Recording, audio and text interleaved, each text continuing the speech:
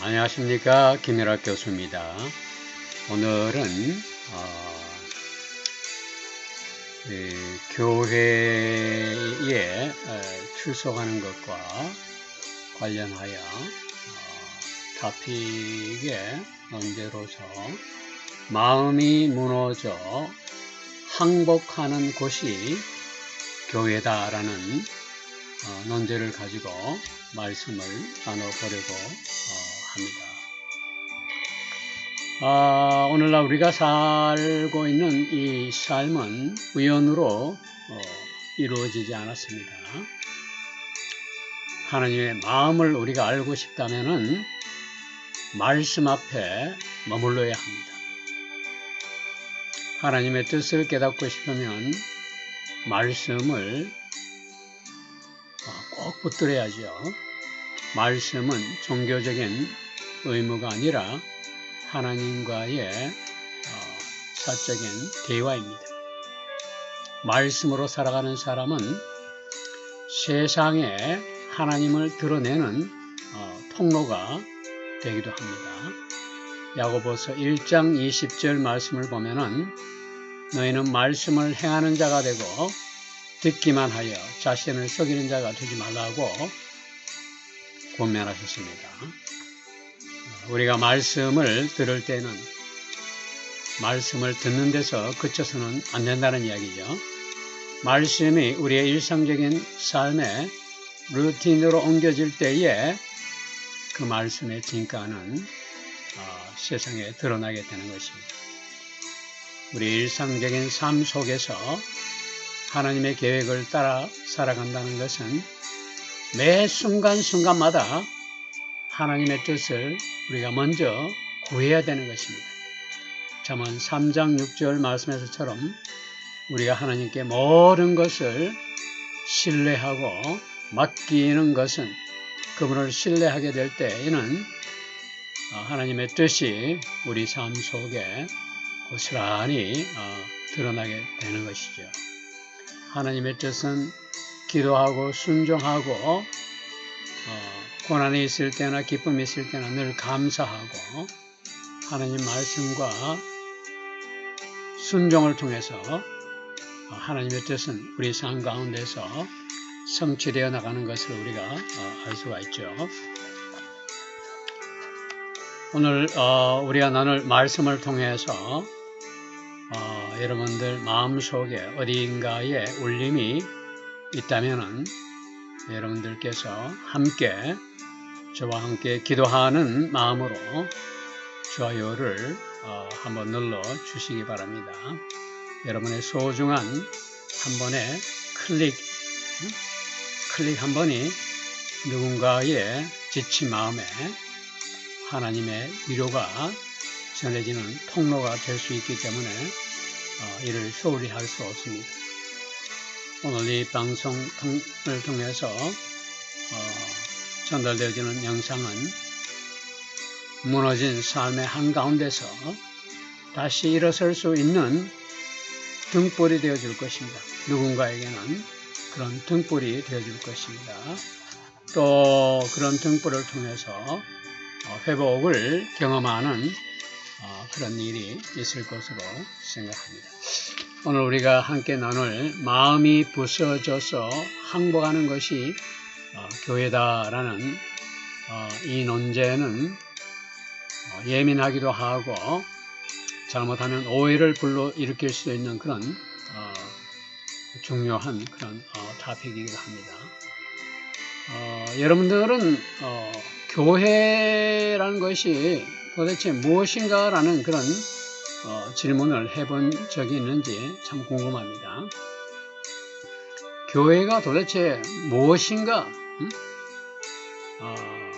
예수 그리스도를 믿는 그리스도인들에게서는 매우 중요한 고민이기도 하고 이 질문에 대한 답은 성경적인 원리와 구원의 본질에 관한 것과 그리고 교회의 역할을 바르게 이해하는 데서 시작되어야 합니다. 성경은 분명히 예수 그리스도를 믿는 믿음으로 구원을 받는다라고 가르치고 있어요. 에베소서 2장 8절 말씀 보면은 교회 출석 자체가 구원의 조건과는 아무런 상관이 없다는 것을 분명히 알 수가 있죠. 에베소서 2장 8절에서 9절 말씀을 보면은 구원은 하나님의 은혜로 받는 선물이라고 이렇게 지적하고 있고, 또 에베소서 2장 10절 말씀에서 보면은 교회는 구원받는 자들의 공동체라는 지적을 하고 있습니다. 여기서 여러분들이 꼭 기억해야 될 것은, 교회가 구원받은 자들의 공동체라고 할 때 이 구원받은 자들의 개념을 잘못 이해하면은 여러분들이 성경을 굉장히 오해한다는 이야기입니다. 이 구원받은 자들이라는 개념은 교회에 단지 출석하는 자들만을 의미하는 것이 아닙니다. 교회에 출석하면서도 구원받지 못한 자들이 절대다수입니다. 절대다수예요. 여기서 구원받은 자들은 교회에 출석하지 않아도 하나님 말씀대로 살고 말씀에 순종하고 성령의 열매를 맺고 사는 그런 신실한 사람들을 다 포함하는 그런 개념입니다. 교회는 그리스도의 몸이고 우리는 지체다는 그런 말씀도 있죠. 10절 이하 말씀에서 보면, 또 더 나아가서 히브리서 10장 24절에서 25절 말씀을 가지고 절대 다수의 99%에 해당되는 교인들이 이 성경 말씀을 오해하고 있어요. 히브리서 10장 24절 말씀을 보면 이렇게 나와 있습니다. 25절까지. 모이기를 폐하는 사람들의 습관과 하지 말고 오직 권하여 그날이 가까운 것을 보고 더욱 그러하자라고 이렇게 적혀 있습니다. 그래서 여기서 모이기를 폐하는 사람들의 습관 이렇게 표현되어 있는데, 이 모이기라는 말은 굉장히 오해를 하고 있어요. 영어 성경에서는 not giving up meeting together 이렇게 나와 있어요. 모이기를 포기하지 않는 것, not giving up meeting together as some are in the habit of doing, but encouraging one another 이렇게 쭉 전개되고 있어요. 여기서 모이기라는 이 말은, 이 단어는 헬라의 원어에 보면은 에피시나게르 이렇게 나와 있어요. 에피시나게르. 이 단어는 공식적인 교회 예배를 지칭하는 말이 아닙니다. 이 절대다수의 99%에 해당되는 목회자를 포함합니다. 교회 목사들을 포함해서 목사가 이제 99%의 절대다수의 목사가 헬라의 언어인 에피시나게르의 의미를 모르고 있어요. 원어의 의미를 모른다는 이야기예요. 목사가 그런 이 에피시나게르 원어의 의미를 모르는데 성도들은 두말할 필요도 없죠. 이 모이기를 폐하는 이 개념, 모이기라는 의미, 헬라의 원어 에피시나게르는 공식적인 교회 예배를 지칭하는 것이 절대 아닙니다. 여기 이 말을 이해하지 못하니까 자꾸 이 교회에 대한 그런 불신과 오해와 착각을 불러일으키는 거예요. 그런 교회 예배를 지칭하는 것이 아니라 다른 신자들과 함께 모이는 행위예요. 교회 밖에서 예수 그리스도의 이름으로, 하나님의 이름으로 모이는 행위를 모이기라고 이렇게 적고 있어요. 에피시나게르. 헬라 원어의 의미를 제대로 알아야만 성경을 오해하지 않는다는 이야기입니다. 이 원어의 의미를 모르니까 모르고 영어로 된 성경 meeting together를 그대로 옮겨 놓으니까 이 의미를 왜곡하고 자꾸 착각을 불러일으키게 된다는 이야기죠. 보라도 중요한 것은 이 모이기를 폐하는 어떤 사람들의 습관과 하지 말고 이 말이 나온 배경을 보면은 교회의 신앙을 가지고 신앙생활을 하는 사람들이 말이죠. 박해에 직면한 경우가 참 많았죠. 옛날에는. 이 예수 그리스도 하나님 말씀에 대한 신앙생활을 충실히 온전히 하는 사람들을 이제 박해에 직면했을 때 이 박해받는 사람들에 대한 상호 격려의 의미를 지니고 있는 그런 의미입니다. 이게 히브리서 10장 25절 말씀이. 그러니까 오늘날 교회에서 주장하고 있는 목사들이 입술을 통해서 증언하고 있는 선포되고 있는 말의 의미가 얼마나 왜곡되어졌고 원래 하나님이 의도하신 그런 의미와 거리가 있는지를 우리가 알 수 있다는 얘기입니다. 이 히브리서 10장 25절 말씀의 경고는 예배에 출석하지 않고 교회 예배에 출석하지 않는 그런 사람들에 대한 경고가 아니라 그런 의미가 아니에요. 절대 아니에요. 또 다른 신자들과의 교제를 완전히 버리는 행위, 다시 말해서 완전한 고립 속에서 신앙생활을 하는 것에 대한 경고의 의미이지 교회에 반드시 출석해야 된다는 그런 예배에 관한 경고의 의미가 절대 아니에요. 교회에 가지 않고 신앙생활하는 것은 외로운 신앙생활을 의미하는 것이 아닙니다. 절대 아니에요.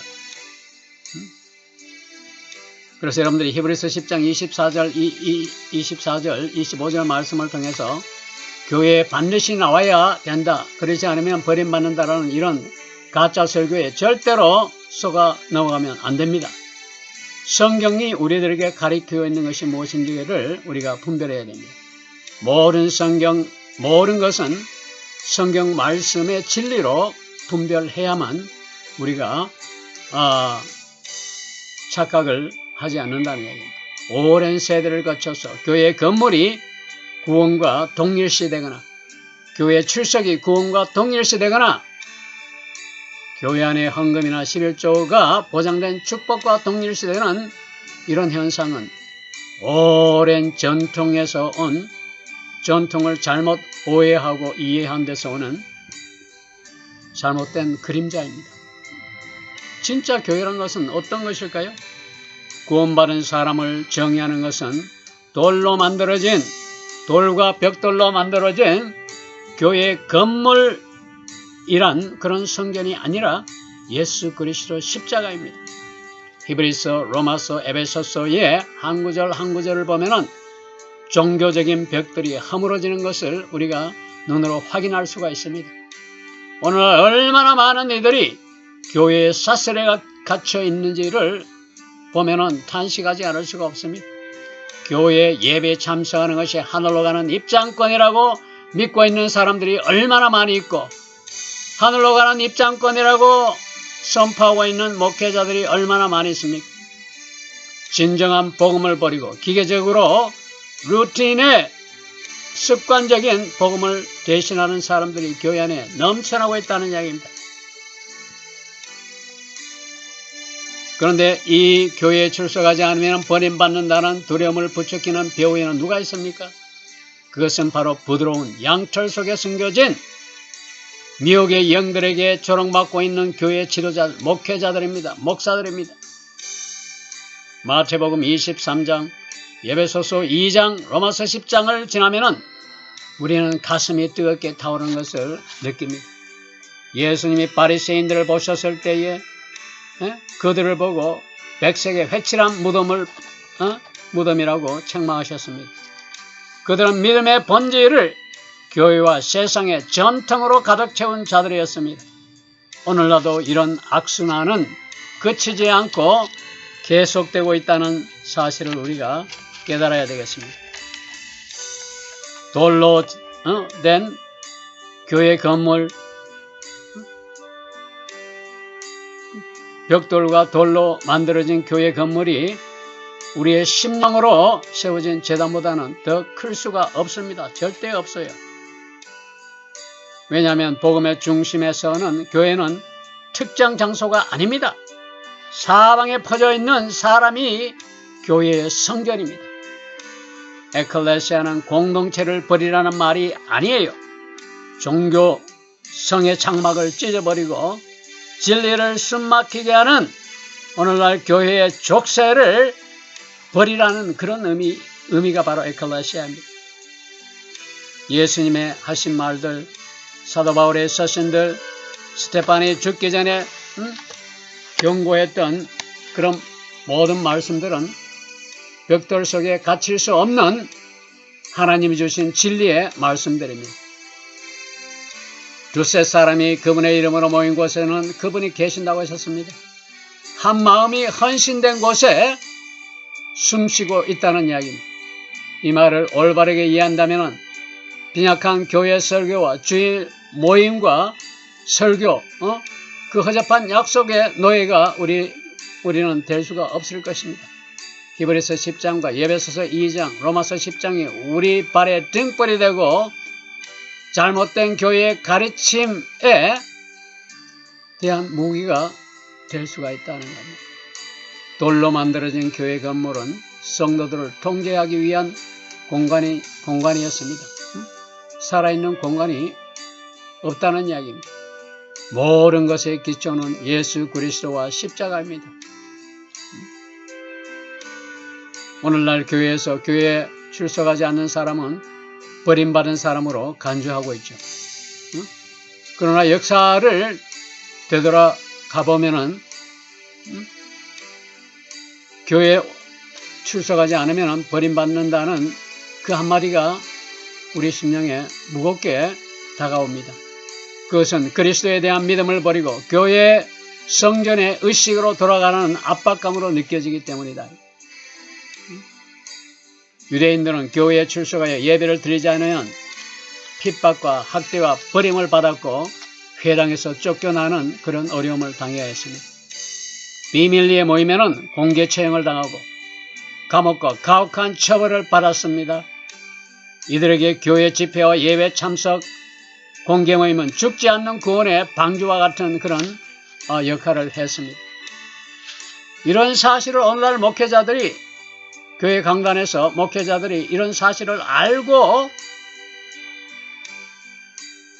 교회라는 족쇄에 성도들을 묶어놓는 것은 아닌지를 우리가 돌이켜보아야 할 것입니다. 히브리서 10장 23절 말씀처럼 구원은 물리적인 강요에 절대 있는 것이 아닙니다. 믿음의 고백을 붙잡을 수 있는 힘이 필요하다는 것입니다. 여기서 모이다는 의미는 다시 말하지만은 에피케시나르라는 이 모이다는 원어의 의미는 기계적인 뜻이 아니에요. meeting together, not just meeting together입니다. 단지 모이는 것이 아니에요. 살아있는 모임에 무게를 두고 있다는 것입니다.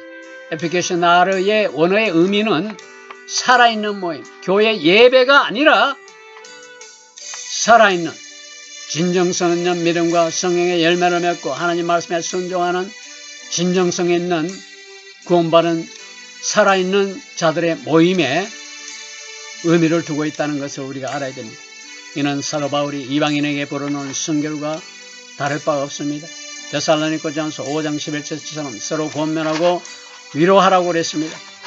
구원은 교회 안에 차가운 의식이 아닙니다.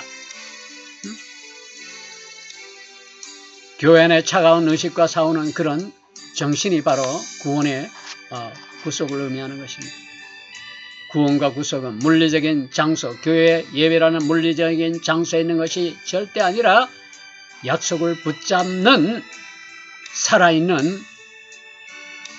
살아있고 순종하고 성령의 열매를 맺는 그런 마음의 고백에 있다는 것을 우리가 잊지 말아야 합니다. 살아있는 믿음은 교회에 감시된 출석에 있는 것이 아닙니다. 강요받는 예배에 참석하는 것만이 아니다.